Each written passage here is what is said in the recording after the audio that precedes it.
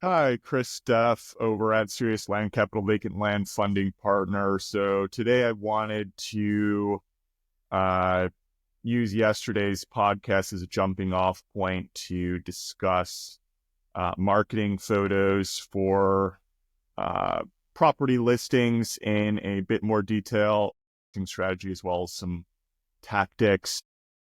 Mm, So, human beings, visual creatures, of course, trying to pop out initially to get people to click on a listing. Photos are usually going to be your go-to, especially, when it's MLS, you're not really able to adjust headlines, really. Generally it's just going to be restricted to the address of the property. So it's less so a copy perspective, and much more so that first impression being the photos, particularly the main thumbnail photo that is going to attract people enough to click on a listing. That's outside of like the actual location. If the location is just, pinpoint perfect for what somebody's looking at, photo might matter less. All this being said, even as I get into the tactics, and I repeat this often in our experience, still price and characteristics rule the day for disposition of properties. I'd say it's at least 95% of what's going to drive success in getting a property sold, plus or minus 5%, sometimes maybe. Again, kind of depends on the area, but, we've had, pitch perfect marketing photos for some properties that, just didn't move, even when we lost money on occasion on some of these.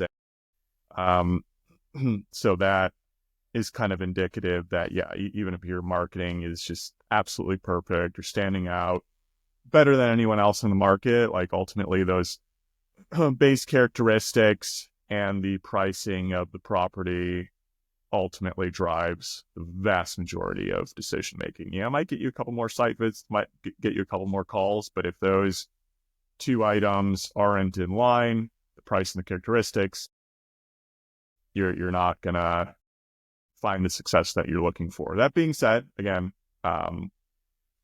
you want people to click.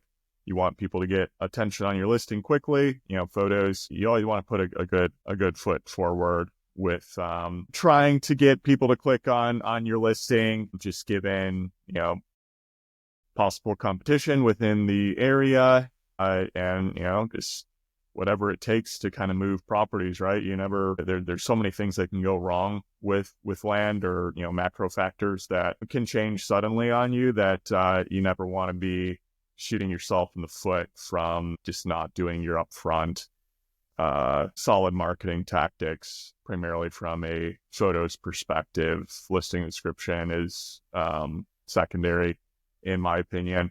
So usually, nowadays, like, drone photos are just ubiquitous. Some folks are more old school realtors who might work with that. Drone photos won't look that good. In some areas, it can be tough. There can be occasionally regulations on how high drones can go. If it's like nearby airport, something like that, or it's just such dense foliage, or, maybe it's all out in desert squares. Like there's not really a great indication for differentiating the property with drone photos. So, some properties won't be the best fit, but assuming you can have some distinctive features regarding your property and it's not just a completely uniform landscape around, we're going to default to that. Plus nowadays, we used to use Craigslist or droners.io to arrange our own photos oftentimes, but I'd say 90% plus of the time now, realtors will have their own connections or maybe in-house drone piloting. Like it's just a standard part of marketing real estate nowadays. So usually whenever we're solidifying, okay, we're going to fund this property, already solidified a realtor, like okay, who do you know somebody, drone pilot local, and basically always yes at this point. And usually we can just not actually have to pay a fee. I'd say that that's the minority of times now, having to pay separately for droners. Like usually the realtor will just set it up, and it's either, again, part of their brokerage, it's just a complimentary service to list the property, or they'll just pay out of pocket to cover it. So unless they ask us to pay, we don't initially offer on it. And again, I'd say it's usually a complimentary service for like quality photos virtually all the time to get something done. And so we're always trying to arrange photos for to have everything set up ideally before we close on the property. Sometimes if it's a realtor arranging it, they won't be able to do so until we're fully closed, just for certain regulations within their brokerage. But assuming the weather's okay, usually we're able to schedule a drone pilot out there within a day or two of closing anyway. So that's rarely a difficult issue to get photos done compared to, perk tester surveys on occasion. So we'll get that done. Oftentimes I'll like to have edits done to the photos so that we actually get property boundaries drawn on it, and maybe labeling the acreage on the actual property. And so that's something we might more occasionally do in-house versus the drone pilot, for instance. If they can do it, great. Otherwise, yeah, we'll do that in-house. I'll have my VA do that. It's usually fairly basic task to get that done. Again, use your best judgment for the distinctions there. If there's, again, distinctive features that made it worth doing drone photos in the first place, then yeah, you should probably throw on boundary lines at a minimum. I used to care a lot more about getting videos done as well. Usually we'll have them done, but because a lot of the listing sites, like, they don't prominently feature avenues to display videos, like they're kind of buried within the UI on most listing platforms. The photos seem to drive most of the engagement and potential. So yeah, it's a bonus. If you already have a droner out there, they should shoot some basic videos. But to me, the photos usually will cover most of what buyers are looking for. And if they're a serious buyer, they're almost assuredly going to do a site visit anyway. So, video is only going to give them so much more. So I'm less concerned from that side, whereas it used to be like a firm requirement and maybe even pay extra. Now it's just less so at this point. Maybe that changes in the future here. So usually my default thumbnail that I like is a drone photograph with edited boundary lines on for the property. And so that'll be my base. Again, the main thumbnail that's going to stick out. And if I'm having the editing being done in-house, then I may ask for 3 or 4 of the other aerials to have boundary lines added. Again, depends on the distinctiveness of the features. If sometimes we might do it on every photo that we get,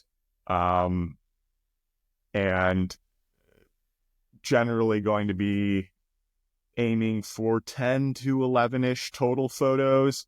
And again, depending on the features, we might have some ground level shots, usually at least a few. So I'll default usually to the majority of photos being drone photos, so the first 5 or 6 might be drone oriented photos. Again, the more complex the property, maybe we do more, maybe a little bit less. And then we'll do ground level photos, trying to show out distinctive features. Okay, what does the road look like? Assuming it has base frontage, if there's an easement to it, okay, show the entrance to the property. Do we have a clearing set up for it? An area for a house? That can be a good target as well. Do we have available utilities to the property? Maybe pointing out where the power is, if it's underground power. Do we have a water meter nearby? Do we have existing septic, for instance? Like anytime those items would exist, then usually we'll want to include that. Maybe there were other kind of distinctive improvements, if there was existing fencing or Again, like an entrance to the property, some type of driveway, if there was a housing pad, any type of concrete foundation, etc., shed, what have you, we'll want to point out those distinctive features. If there's possible negative as-is features, usually we'll include those in broker notes. Like if there was like old tires or trash on the property, I don't want that being conveyed in a photo perspective. It's not like we can hide that from before someone purchases the property. It's just more of like that initial impression. Okay, they're interested enough to look at it. Then, yeah, okay, looking at broker's notes or site visit note, yeah, there's a couple negative features. Maybe we have to negotiate that down. But including that within the photos is usually not my preferred route to utilize. And a lot of brokers will agree with that type of strategy. So that's just another tactic to keep in mind. And then usually the last photo I like to include, if I'm doing like roughly 10 to 12 photos total, people's, interest, wanes really quickly. You can always try more, but that usually most people can get an impression of a property within that amount of photos. If it's more complex, then throw more in, depending on the distinctive features. But then I'd like to just throw like a base aerial in, whether that's from Land ID with boundary lines associated with that, Google Maps, if you want to draw boundary lines, what have you, or the county GIS. That's another one just to keep in mind. So it's just easier for people to keep in mind precisely where the property might be and the overarching scope of what the property may look like. So that's our general strategy for most marketing photos that we will put up. And yeah, you really want to make sure, it's from a tactical side, whether it's drone pilot or in-house editing, like make sure the color balance is appropriate. You can use AI to like really check in, hey, how do you determine appropriate color balance? I know there's a lot of great software tools out there that aren't worth discussing kind of further here. You can search for on your own, but yeah, like make sure your colors aren't washed out and so forth. If there's some seasonality involved too, like sometimes you buy property and there's no, it's not looking green. It's all, there might be like snow on the ground potentially, or it's muddy, or there aren't leaves growing depending what part of the country you're in. So sometimes, yeah, you just have to get your property up and out there. But, if the property hasn't moved by the time foliage starts coming back to the property and you can get some nicer weather into spring season or what have you, then it could be worth sending drone pilot back out there again to get better quality photos. Plus, it's two birds with one stone of, reducing some of the staleness as well. So sometimes we'll do that. We'll check in with brokers routinely. Yeah, people are kind of passing over the property now. Can you use an existing photo within the batch, ideally? Or, do you, again, send out drone pilot again to do a whole new batch that might be shot on a better day, better season, to freshen things up and get more eyeballs on the property as well? Because you'll notice a lot of the times you list a property within the first 2 weeks, like that's usually your biggest pop on a property. After that, things start going stale pretty quickly oftentimes. So you just have to be mindful of when is it appropriate to try to change things up as well. Some other tactics, yeah, if there's like nice improvements around the property, maybe you can take some photos of what next door neighbors or across the street might look like. Hey, new builds in the area.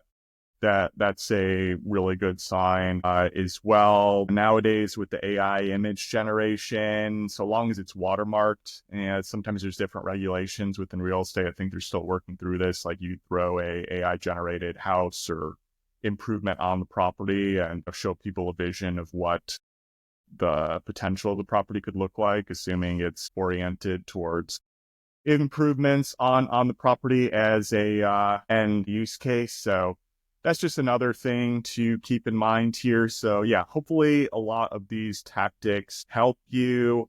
Again, take it seriously. You always want to put your best foot forward. But again, just remember, by far, price and characteristics of the property matter way more than anything else that you're doing marketing the property. Stand out, but look at some absolutely great trophy properties have terrible photos on them and still sell. So just be aware of priority when it comes to trying to dispo properties. Okay. That's everything for today. SeriousLand.capital for any of your funding needs, various land deals. Check out our FAQ for what we typically look for. Tons of content on there. Landpricer.ai for the most simple and accurate way to price land, and Land Daily Diligence Facebook group for zero cost review of your land deals. Share and subscribe this podcast if you're getting value out of it. See you tomorrow. Bye.